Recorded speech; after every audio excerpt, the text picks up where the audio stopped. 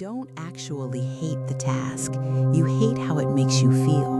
And every time you avoid it, you tell yourself the same thing. I'll do it when I feel ready.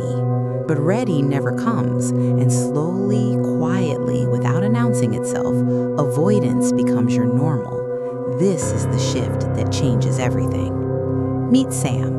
Sam doesn't think of himself as someone who procrastinates. He thinks of himself as someone who works best under the right conditions.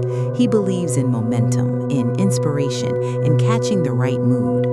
Every night he sits at the same desk, laptop open, soft light above him, cursor blinking on a half-finished document. The task isn't impossible, it isn't huge, it's just uncomfortable enough to hesitate. Night 1. Sam checks his phone, just to clear his head. One short video, then another, then something random, then something funny. The tension fades, his chest loosens. Relief. Night 2. Same desk, same blinking cursor, same low-level anxiety. He reaches for his phone faster this time. Scroll, pause, promise, later. Night 3. Different shirt, same position, same escape.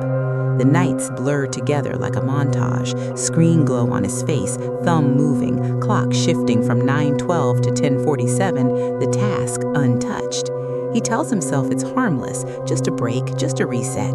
Tomorrow will be better. Tomorrow he'll wake up focused. Tomorrow he'll feel driven. But tomorrow feels exactly like today, and the cycle continues.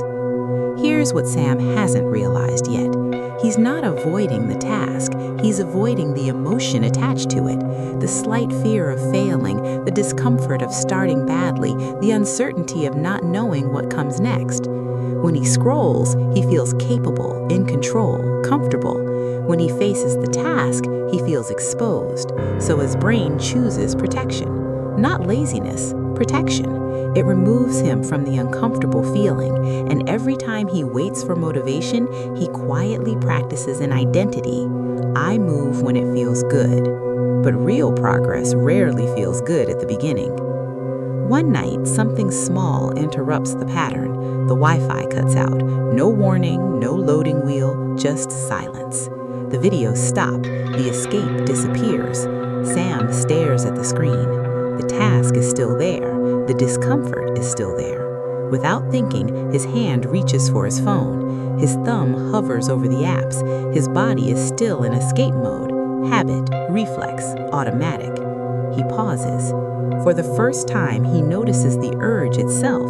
It feels strong, almost urgent, but it doesn't control him. He slowly places the phone face down and just sits there. Nothing dramatic happens, the discomfort doesn't explode, it doesn't grow uncontrollably, it just sits, uncomfortable, heavy, but survivable. And in that quiet moment, Sam understands something simple. He has been waiting for the feeling to disappear. But feelings don't disappear because you wait, they shift when you move. That's the turning point. Action doesn't follow motivation, motivation follows action. So Sam tries something small, not a new routine, not a life reset. He opens the document. His mind says, this will be bad. He answers, that's fine.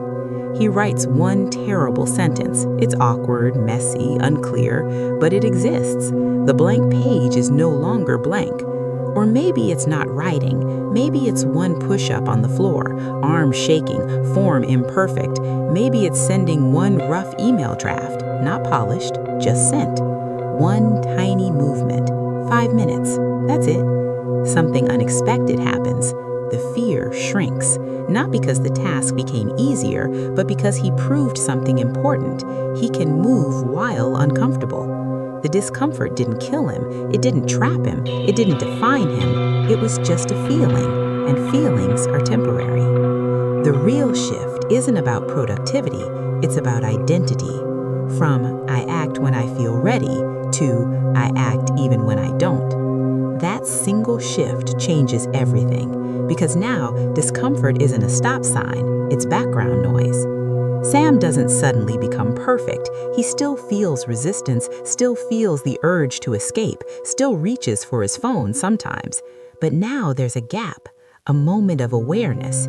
He sees the urge, he names it, and sometimes he chooses differently. He starts badly, clumsily, for 5 minutes, and every time he does, he builds evidence. Evidence that he is not controlled by mood, evidence that he can move before he feels ready, evidence that he is becoming someone who acts. If you're stuck right now, it's not because you lack discipline, it's because you've trained yourself to wait for comfort, and comfort is a terrible boss. It only shows up after progress, not before it.